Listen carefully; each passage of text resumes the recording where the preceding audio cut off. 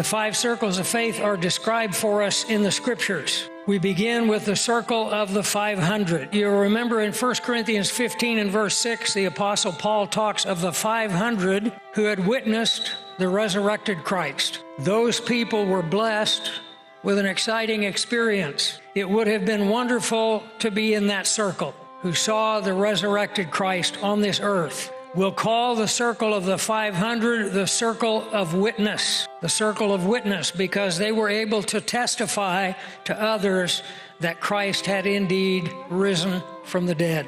So the circle of witness, 1 Corinthians 15 verse 6. Then we also see in the Scripture the circle of 70 in Luke 10 and verse 1. And these were the 70 that Jesus sent out to the various towns and cities to prepare for his coming. We'll call the circle of 70 the circle of service. It's one thing to be a witness for Christ. It's a little bit higher level to enter into his service. Third, we have the circle of the 12. This circle is spoken of in Matthew 10, verses 1 through 4, when Jesus called his disciples to him, and he identified 12 of them to be with him and to work with him. And we'll call the circle of 12 the circle of discipleship. Discipleship refers to discipline, training, and service. So they became known as his disciples. The 4th circle is the circle of the 3.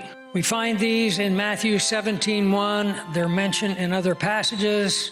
This is Peter, James, and John. You remember that Peter, James, and John were allowed to experience 3 things with Jesus none of the other disciples experienced. They were on the Mount of Transfiguration. They were present at the raising of Jairus' daughter, and they were the only 3 that he took with him apart in the Garden of Gethsemane. They experienced exciting things, powerful things, but they also had to experience a sorrow like none they had ever known before. So this is the circle of the trusted.